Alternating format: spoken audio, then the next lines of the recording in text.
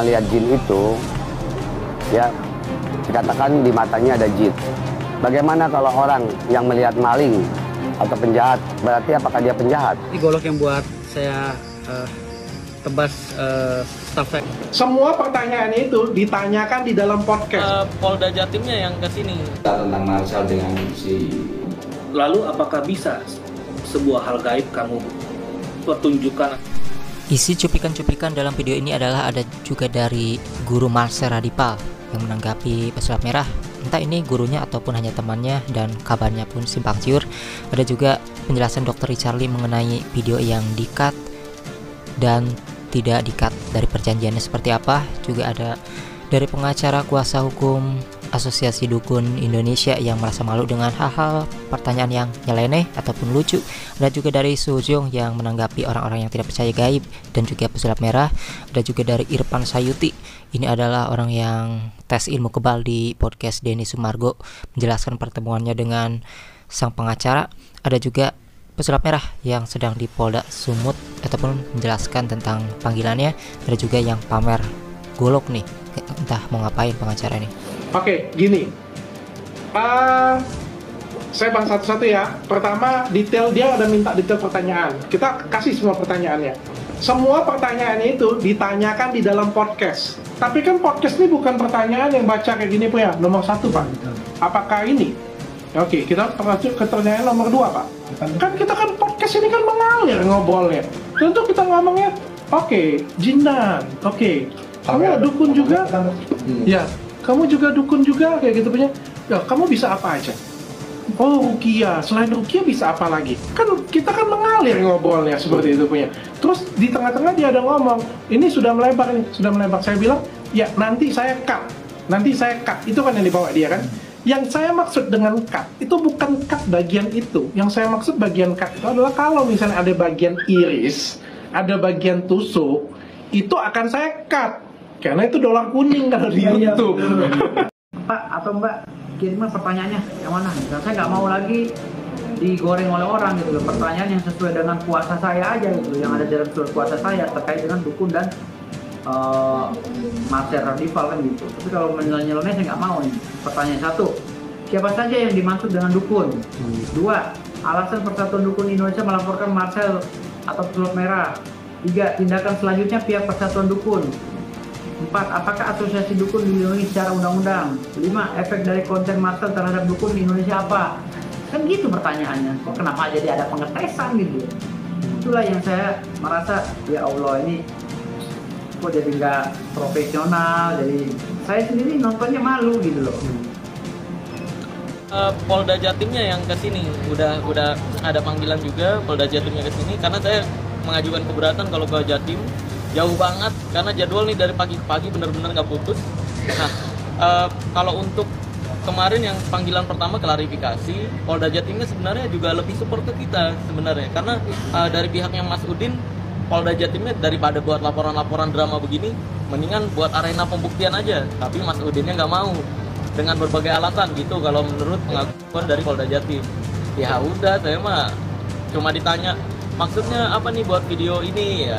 Tentang yang laporan itu ya, yang saya membongkar tisu, bakar tisu tanpa api. Tapi saya bilang edukasi. Tentang Marcel dengan si Mas Samsudin, ya. Iya. Mas Samsudin. Lalu tetap dengan komitmen saya di tengah-tengah. Ya, saya mengkritik Mas Samsudin sebagai oknum spiritual. Ya, apapun itu salah. Ya.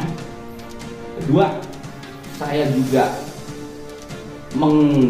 mengkritik si Marcel, terlepas ada yang benar juga dari dia, untuk mengungkap penipuan oknum, para spiritual. Tapi juga semakin kesini kok semakin parah dia mengeneralisir semuanya. Jadi saya akhirnya ada sahabat dari Bima. Akhirnya saya tanya, kenal pengacara koboi yang unik itu nggak? Oh kenal, ya udah aku hubungkan dengan beliau. Akhirnya ketemu, bagaimana akhirnya acara di Denis maupun di Densu seperti itu. Jadi ternyata keinginan kenapa saya membela, karena kata dukun ini masih terjadi kontradiksi. Kami pun di dalam ilmu pertabiban santri juga disebut uskun oleh mereka, ustadz dukun gitu. Oke. Kan kurang aja gitu. Padahal Udah. Gaib itu apa sih? Gitu.